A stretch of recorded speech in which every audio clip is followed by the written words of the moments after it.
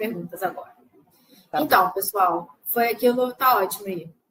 Isso. Foi aquilo que eu falei com vocês. Essa é uma outra técnica que eu geralmente uso bastante, tá? O que eu faço em pergunta discursiva? Eu faço o contrário. Eu primeiro vou nas alternativas, tá? E leio as alternativas para tentar já ir no texto procurando as respostas. Tá bom? Então, vamos lá. Quais as perguntas? Qual o diagnóstico? Aí eu já sublinho aí o diagnóstico. Qual o diagnóstico mais provável? E cite os achados que sustentam essa hipótese. Ó, o cite aí, hein, gente? Já marco o cite. Aí eu vou para a segunda. Quais os exames complementares que devem ser solicitados para investigar o caso? Aí eu já marco exames complementares, que eu já sei que ele quer diagnóstico, ele quer exame complementar, aí depois cite 3 opções terapêuticas e sua justificativa. Aí eu já sei que ele quer o tratamento também. E depois explique a importância da biópsia endometrial em mulheres nessa condição.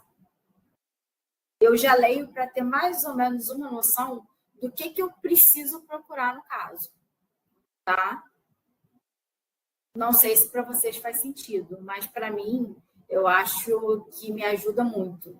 Porque, na verdade, o médico é investigador. Então, eu já tendo as perguntas, eu já consigo ir no texto já tentando procurar aquilo que eles falam para mim. Que ele quer o quê? Ele quer o diagnóstico, ele quer exame complementar, ele quer tratamento e ele quer por que a biópsia é importante. Aí, agora vamos para o texto. Vamos lá. Aí agora pode voltar ao normal, Beth. Não precisa nem compartilhar mais a tela, não. Tá legal. Uhum. Vamos lá. Bom, eu já sei que diagnóstico é importante para mim, tratamento, exame complementar e importância da biópsia. Vamos lá. Uma paciente de 48 anos. O que a gente vai marcar? A idade dela. 48 anos. Tá? Refere ciclos menstruais irregulares. Ciclos menstruais irregulares nos últimos 6 meses, com episódios de sangramento abundante e coágulos, que duram até 10 dias. Aí, o que eu vou marcar aqui? 48 anos, ciclos menstruais irregulares, sangramento abundante, e tá bom. Ela também relata fadiga e palidez. Aí, o que eu vou marcar? Fadiga. E também vou marcar o quê? Palidez. Tá? O exame dela, exame físico, a pressão é boa, a frequência cardíaca é boa, IMC aumentado. Marca também o IMC aumentado. Aparelho genital, sem lesões. Marca sem lesões evidentes ao toque vaginal. Aí você marca aí o sem lesões evidentes ao toque vaginal. Sem lesões só, né, na verdade. E aí ele me mostra um exame. Ele bota um exame da tireoide para dizer que ela não tem nenhum problema endócrino. Mas o que é importante aqui? Eu tenho 9 de hemoglobina e 28 de hematócrito. Circula isso aí e escreve anemia.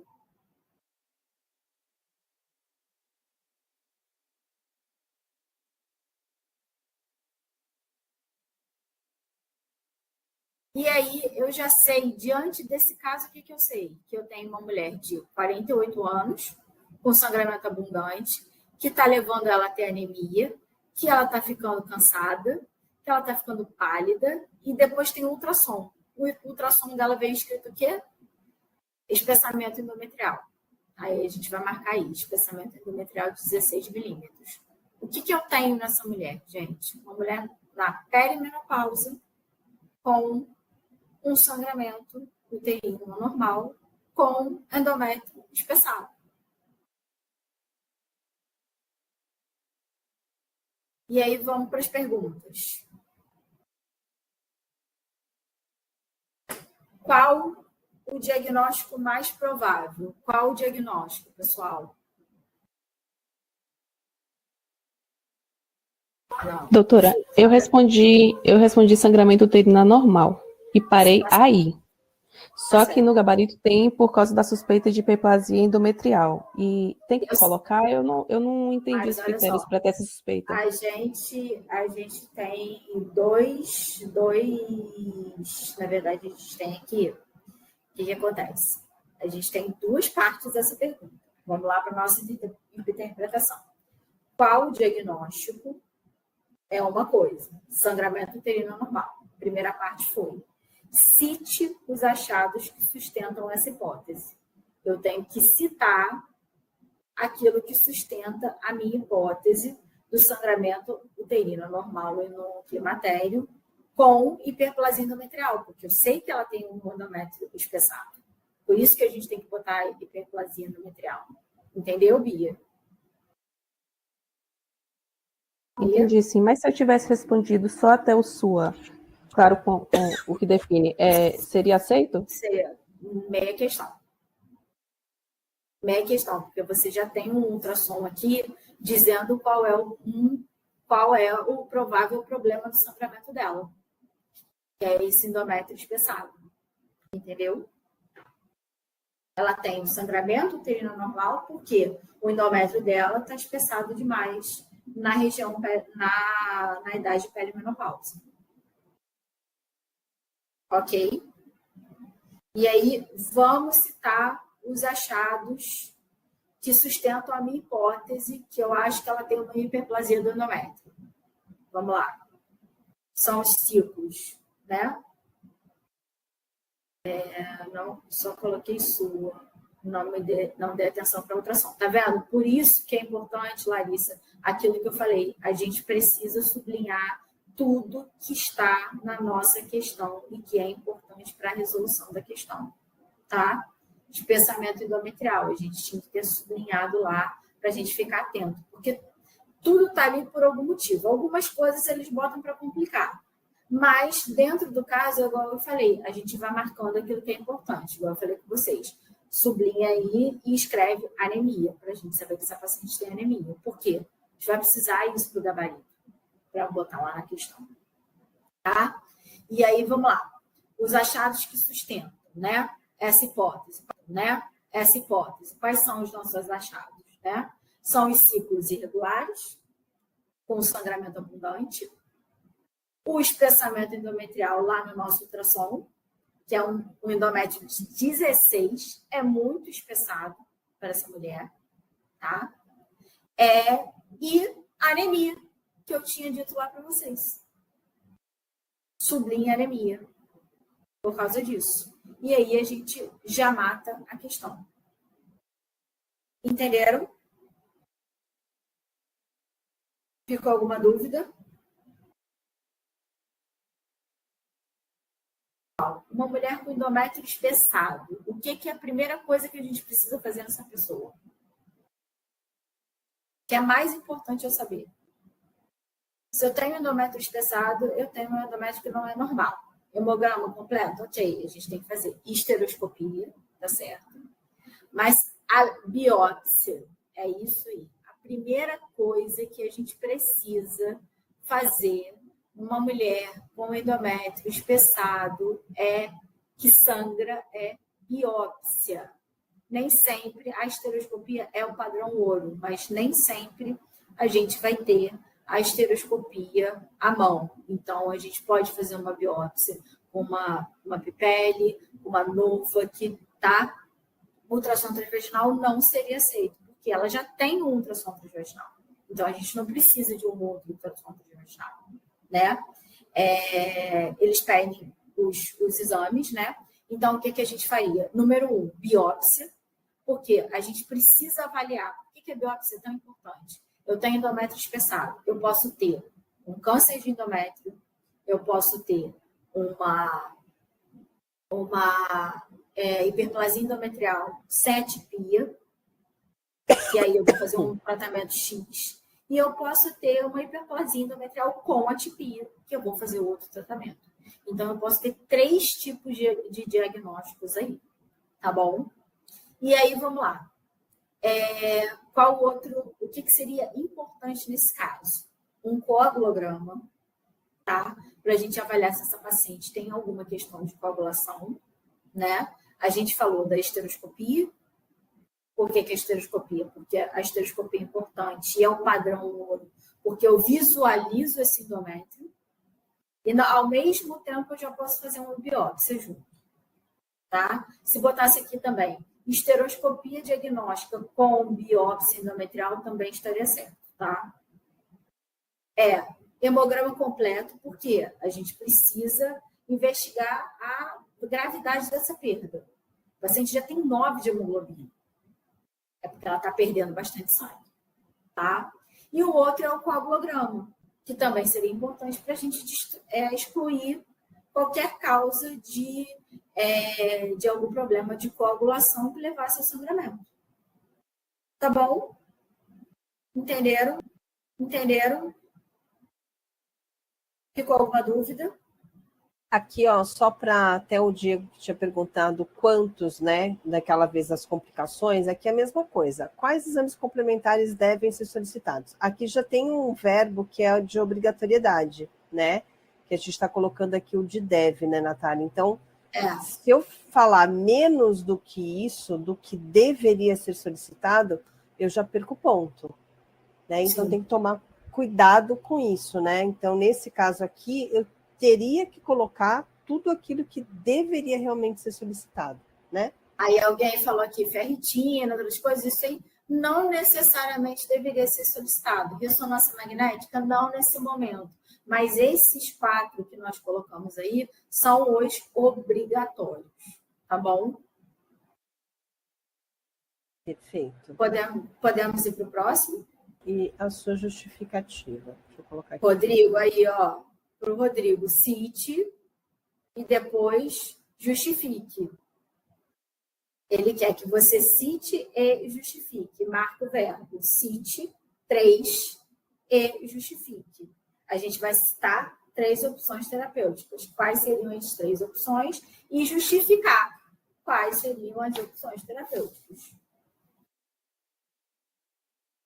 Tá. Dispositivo intrauterino. Ok. Por quê? Por que a gente poderia botar um DIU? Ele quer a justificativa. Não pode esquecer, ele não quer só que cite, gente. Ele quer citar e ele quer que justifique. Aí vamos supor, o DIU de levonorgestrel para reduzir o sangramento e controlar o endométrio. Por quê? A progesterona, ela tende a diminuir o tamanho do endométrio. Tá bom? Essa é a minha justificativa. Qual seria o outro?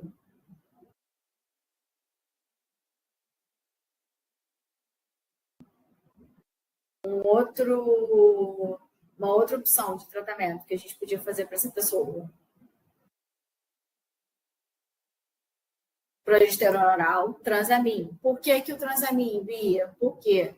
Porque ele controla o sangramento agudo. Progestágenos orais. Poderíamos fazer. Por quê? Para reduzir o crescimento endometrial e controlar o sangramento. Não esqueçam, gente, não é só citar, é citar e explicar. A gente precisa explicar por que a gente está fazendo esse tratamento, tá? E vitamina K não. Cirurgia, esterectomia. A gente pode fazer esterectomia nos casos o quê? Refratários, onde o tratamento, lembra que eu falei? Primeiro, sempre a gente tenta o tratamento medicamentoso. Depois, a gente tenta, não deu certo o medicamentoso, a gente parte para o cirúrgico. Ou, quando a gente tem uma suspeita de malignidade, é óbvio que a gente vai fazer um tratamento mais invasivo e provavelmente um tratamento cirúrgico. Nesse caso, a gente poderia fazer o sulfato ferroso, mas assim, são 3 opções terapêuticas.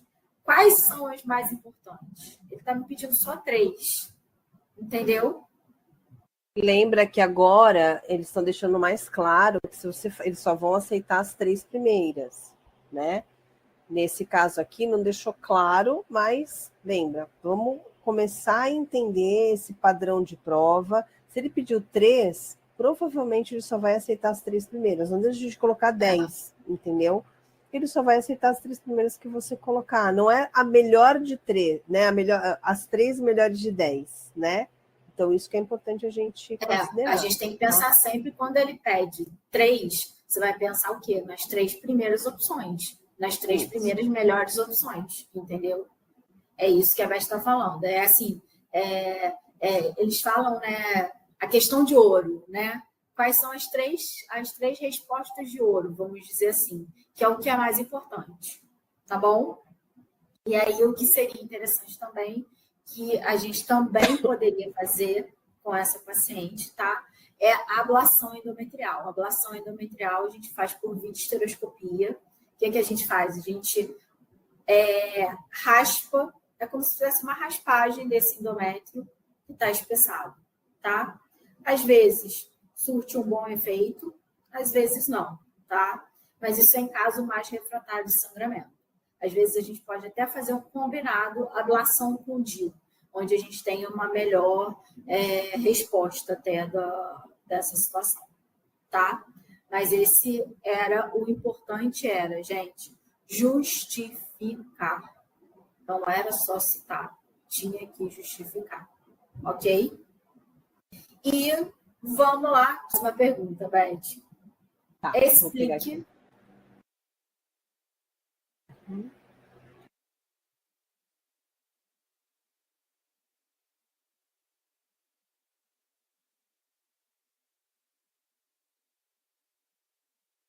Vamos lá.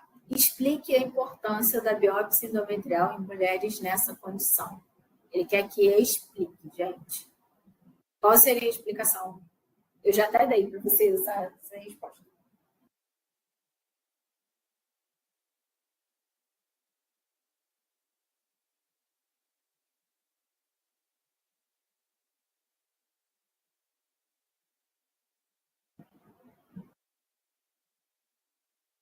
Eu coloquei que serviria para excluir câncer de endométrio, mas eu vi que estava extremamente pobre. Porque ele quer o quê? Explique, olha só, né? Se a gente bota só uma coisa, né? E muito, muito pouco, só para explicar câncer de endométrio. Não, eu quero explicar câncer de endométrio. Eu quero saber, né? Primeiro, né? Por que é importante a biópsia? Primeiro, eu tinha dito isso lá para vocês, para a gente ver se é uma condição maligna, se é uma condição de uma hiperplasia simples, que a gente trata com medicamento, ou se é uma hiperplasia com atipia complexa, que a gente vai ter um acompanhamento maior, ou então até já partir para uma esterectomia, tá?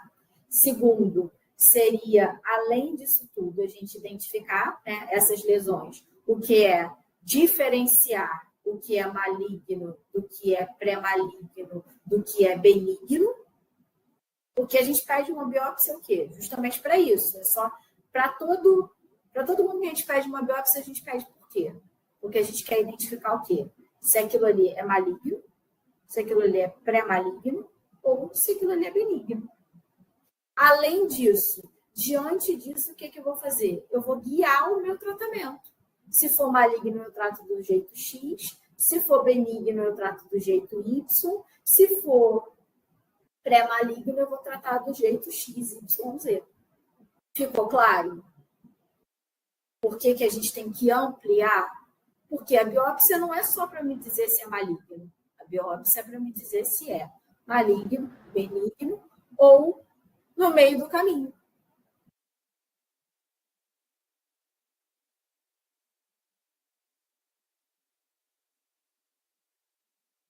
Vou colocar a resposta aqui para vocês poderem ver.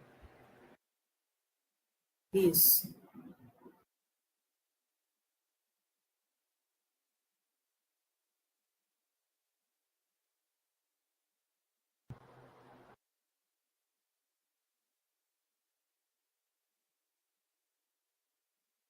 E aí, só botou alguma coisa aqui, deixa eu ver.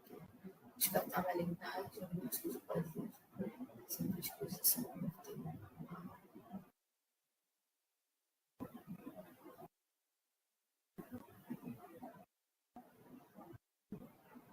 Sim, estaria correto. critério correto. O gabarito, pessoal. Alguma dúvida? Ficou alguma dúvida dessa questão?